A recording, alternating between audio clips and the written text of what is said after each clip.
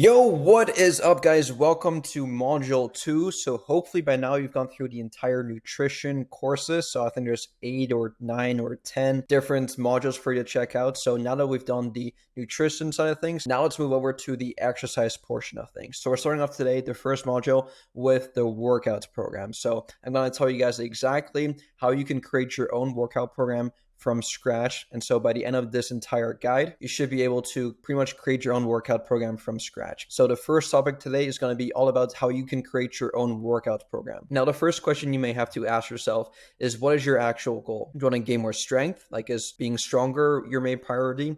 Or is hypertrophy your main priority?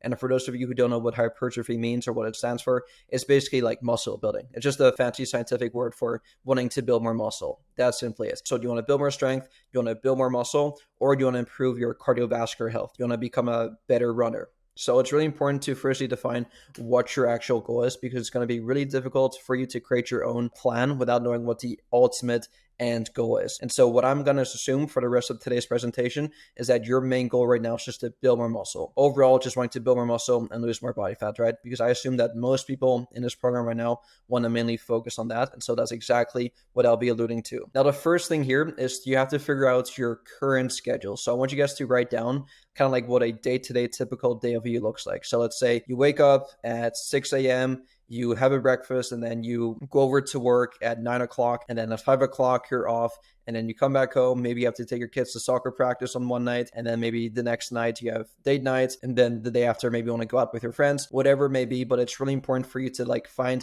what you consistently do throughout the week, and then from there, you're going to ask yourself, how often can I realistically see myself going to the gym with my current schedule? So look at your day-to-day calendar and try to schedule in your workouts from there. And now it's really important here, guys, that when you do create your own program, and I used to be guilty of this myself, but I used to get like so excited and so motivated that I'd make this super crazy, unrealistic plan for myself.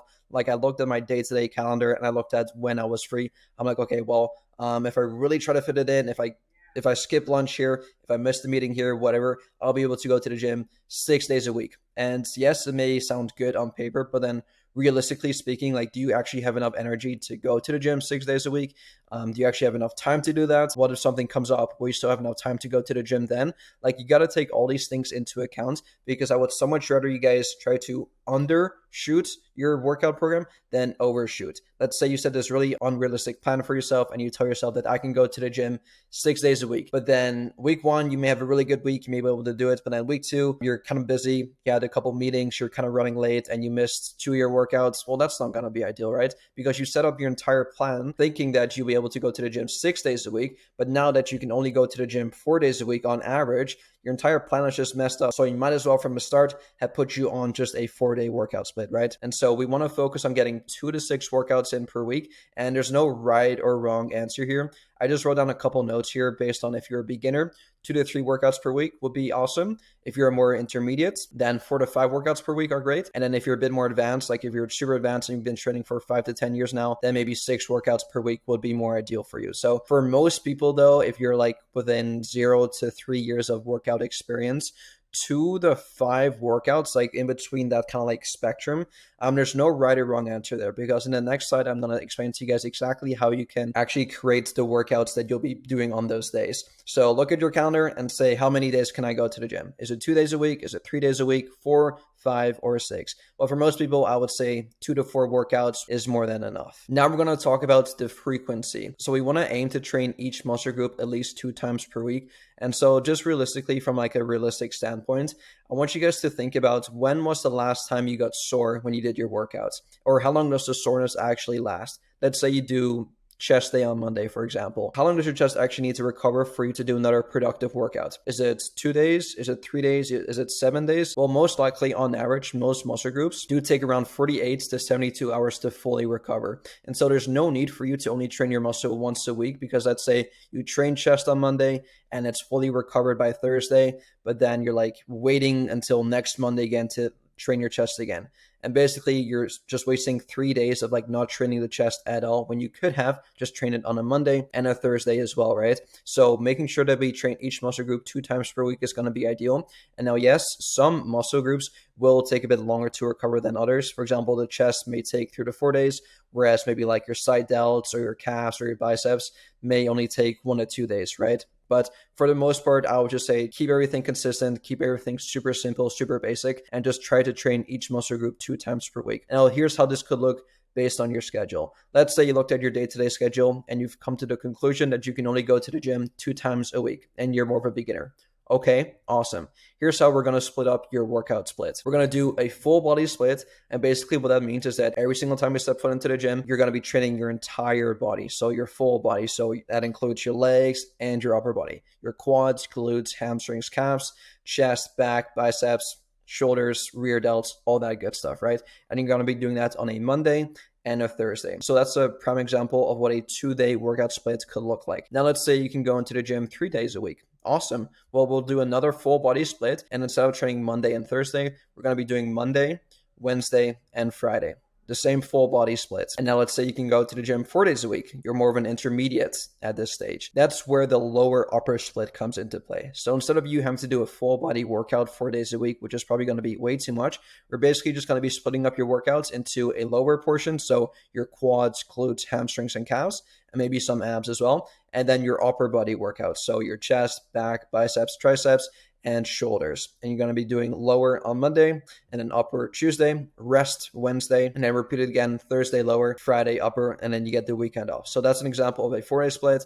And a 5-day split is going to be a lower upper legs push pull split. I'm very sorry here, guys, if you guys are taking notes right now. I don't know what the LWLGP stands for. Like, it was supposed to be lower upper legs push pull, but I just completely messed that up. But anyway, so Monday is going to be legs, Tuesday is going to be upper body day, Wednesday rest, and then Thursday is going to be legs again. Friday is going to be a push workout, so any pushing movements. And when I say push workouts, I basically refer to any exercises or any workouts that make your body push. So think of your chest. When you do any pressing movements, you are pushing, right? Your shoulders, overhead pressing, and triceps, which you push as well. So that's what people say when they're doing like a push workout, right? Any pushing movements, chest, shoulders, triceps. And then Saturday is going to be a pull day. So any pulling movements, which mainly involves your back and your biceps. And then 6 days, let's say you're super advanced and you can go to the gym 6 days a week. That's when a legs push pull split will come into play. Monday through Saturday, Monday legs, Tuesday push, Wednesday pull, Thursday back to legs again, Friday back to push, and then Saturday back to pull again. And now these are just some general guidelines. These are just some examples of what you could make your splits turn into. When it comes to like the legs push pull split, there's nothing magical or special about it. It's just one way to split up your muscle groups into workouts. You could also do like an Arnold split. So Arnold Schwarzenegger was really famous for following this split. He did, I think, legs and shoulders, chest and back, or no, sorry, he had a leg day, chest and back day, and then a shoulders and arms day. So that was his kind of split. There's also a bunch of other different splits out there, and they don't have to completely make sense all the time. Like you could sometimes throw in some biceps and calves on like a chest day, for example, right? If they tend to recover a bit faster than all the other muscle groups, you can throw in some calves and some biceps, maybe some abs too, or maybe some rear delts, or maybe some side delts. So it doesn't have to like really make sense on paper. As long as, again, you train each muscle group at least 2 times per week, then you're checking off all the boxes. And ideally, you do want to space out your workouts evenly throughout the day. So let's say, for example, just because I'm telling you you have to train each muscle group 2 times per week, I'm saying this because it takes 48 to 72 hours for your muscles to like fully recover on average, right? Depending on how much volume you do. But let's say it takes 72 hours to fully recover. Don't just train chest on Monday and then chest on Tuesday again.